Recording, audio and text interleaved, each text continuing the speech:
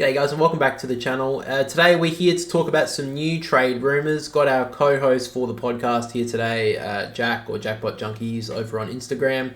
I'm sure you've seen a couple of trade rumours in the past few weeks since we did our last one. We've obviously seen the likes of maybe Bailey Smith and Brodie Grundy as probably the big talking points.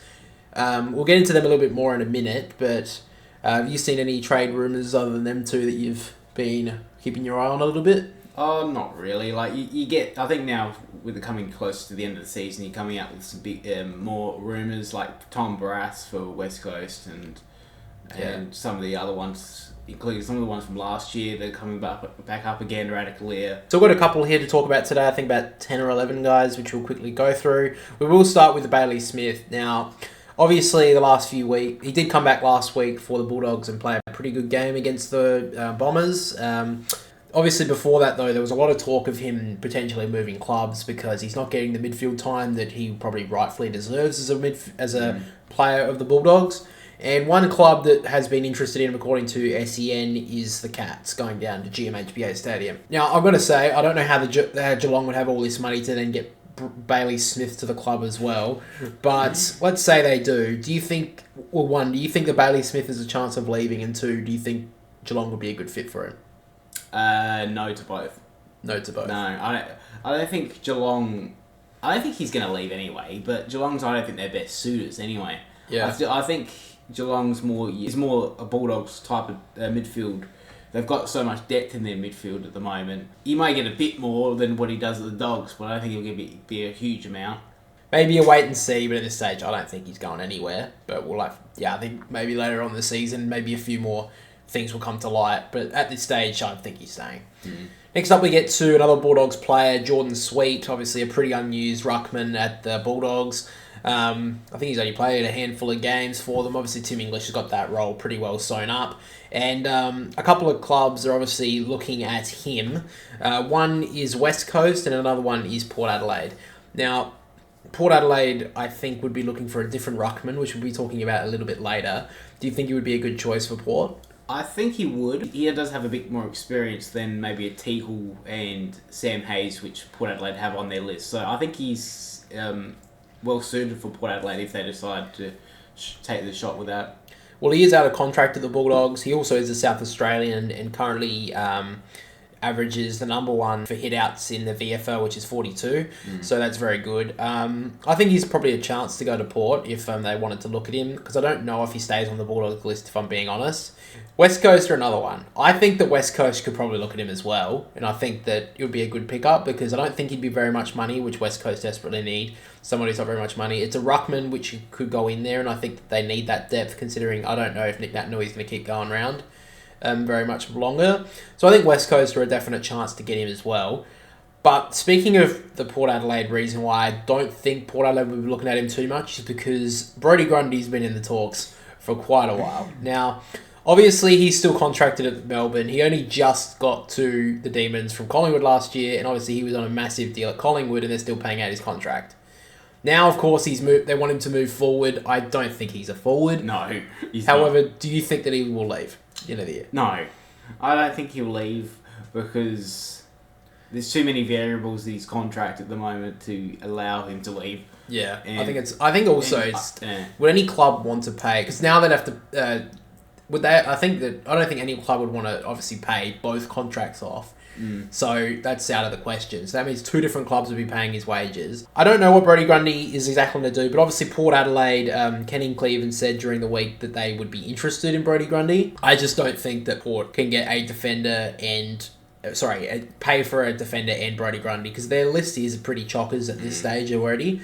Maybe a Charlie Dixon would have to go for them to potentially look at a Brodie Grundy type. Yeah. But at this stage, I think it's a little bit of more talk than, much action's going to happen. Next one is Tomlinson from Melbourne. He is looking at some options for the next season. Obviously, he started at the Giants, played about 150 games there, came to Melbourne, and just really hasn't secured a spot. Has been in the team the past few weeks. I think he would be a good option for a couple of clubs. However, I don't think he's a key defender. I don't think he's good enough to be a key defender. I think he's more a third tall, if I'm saying that. And I think a lot more clubs will be looking for that key defender in this offseason. We've already heard about Ratugolea, Zerk-Thatcher, Barrass as well. So I don't think that many clubs. I don't think there's a club probably for him, but I think he's probably going to stay at Melbourne if there's not a trade given, because I don't think that he's going to be walking out. I don't think he's exactly going to be walking out.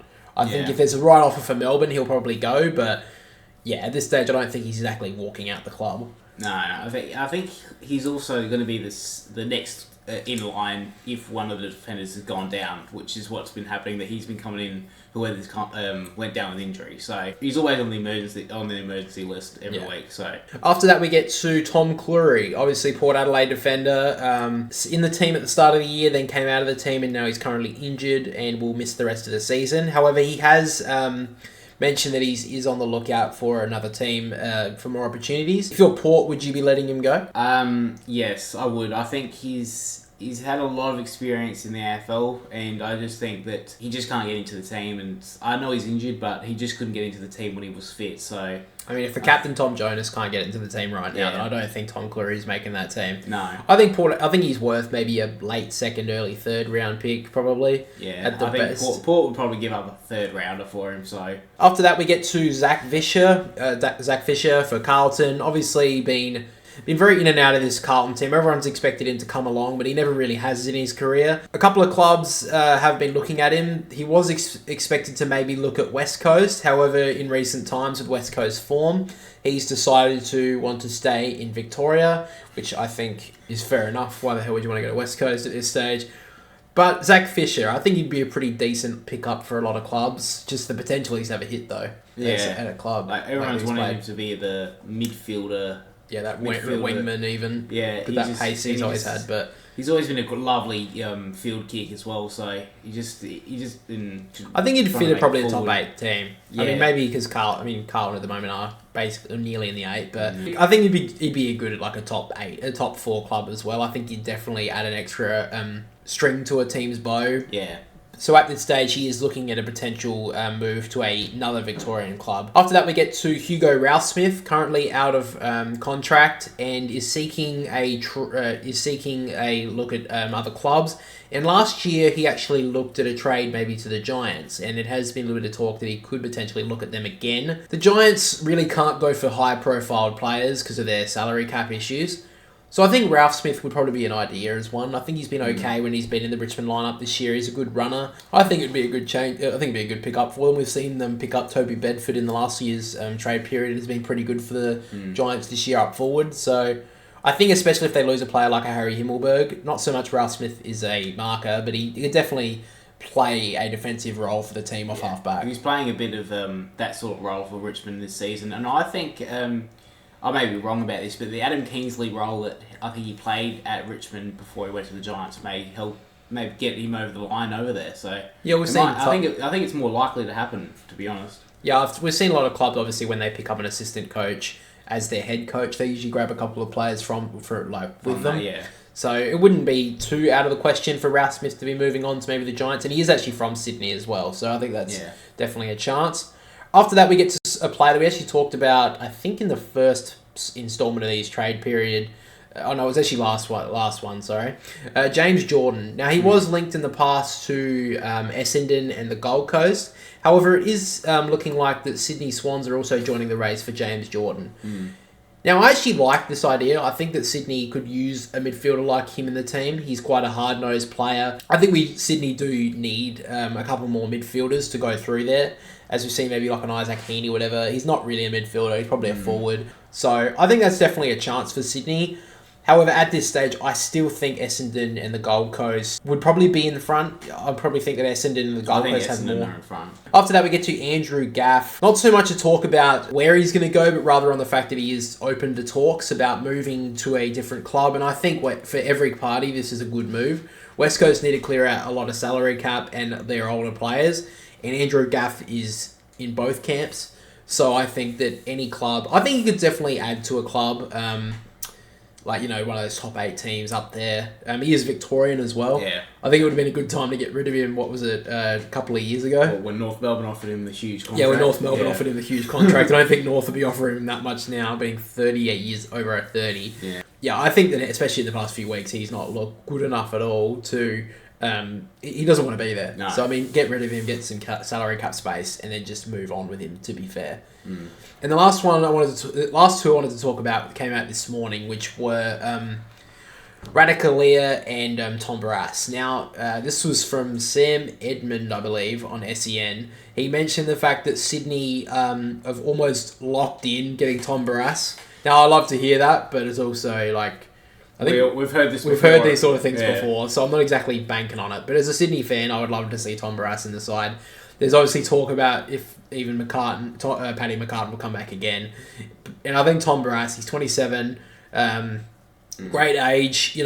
West Coast need to get picks. I think he's worth at least one first rounder, one second rounder, if not two first rounders at this rate. He's an All-Australian defender. He's a premiership winner defender. Yeah. He's probably West Coast's best, if not probably the top three best players at the club. I know West Coast probably don't want to lose him. It's probably one they want to keep. But if there's draft picks coming in, I think they need to clear out and just start again almost. So if Sydney go for him, I'd say 100% do it. And also, Esava Ratugolea, there are a couple more clubs looking at him now. I think it's Essendon and there was another club, I believe, looking at him. Because according to Kane Corn, Zerk-Thatcher is being heavily looked at by Port Adelaide. If I'm a Port Adelaide person, I'm probably picking Ratugolea over Zerk-Thatcher, or would you be going the other way? You're going the other way? I think there's a lot of upside to Zerk-Thatcher, and the fact is that you've got Alelia at Port Adelaide already, and the role that he plays, Alelia, as the interceptor, and I don't care what anyone at Port Adelaide thinks, he's not the player. Alia's not the player to play on the big tools. Zerk-Thatcher's been found out a few times, but I think he just needs more experience against them, and I think See, that's why I'd probably go with Esava Ratugolea, because he's a bigger body. That's just me. I don't know. I think Zerk-Thatcher is a bit slim for the... I don't know if he could build into his body a bit more in the next couple of years. Maybe he can. I think he can, and I think that Ratugolea has been moved into the role in the last couple of years. Zerk-Thatcher's had... I think he started as a junior as a forward, but most of his career he's been a defender, so I don't build the body to make a big bustling defender, so I think he's a better option for Port Adelaide. If Zerk-Thatcher decides to want to go to Port Adelaide, then he'll probably end up at maybe an Essendon. Yeah. So I think it works out for both parties. And you got to look at it also that they might lose Zerk-Thatcher and he can go back for Essendon, even though they tried it hasn't worked yet, but they've chucked Wiedemann back, and they can chuck Ratugolea forward if it's not working, or vice versa, and depending... Yeah, the thing is... They've got ways to work around that. Yeah, because Ratugolea, the one thing that he would have over Zerk-Thatcher is the fact that he can play at both ends. Yeah. Zerk-Thatcher really hasn't played AFL footy up forward, so... Yeah, Ratugolea's got a lot more versatility than Zerk-Thatcher. But anyway, guys, that is basically all the trade rumours we have for this last couple of weeks. Probably going into the last couple of weeks before the end of the season. Probably do these once every fortnight, once every 3 weeks maybe. But yeah, as the trade rumours start piling in a lot more, we'll probably be doing this weekly. So guys, make sure to let me know down below what trade target your club needs to be hitting this season. That's all from us here at the Boundary Riders YouTube channel. Make sure to check out the podcast, which comes out every Tuesday. That's all from us, but we'll catch you all next time. See you later, guys.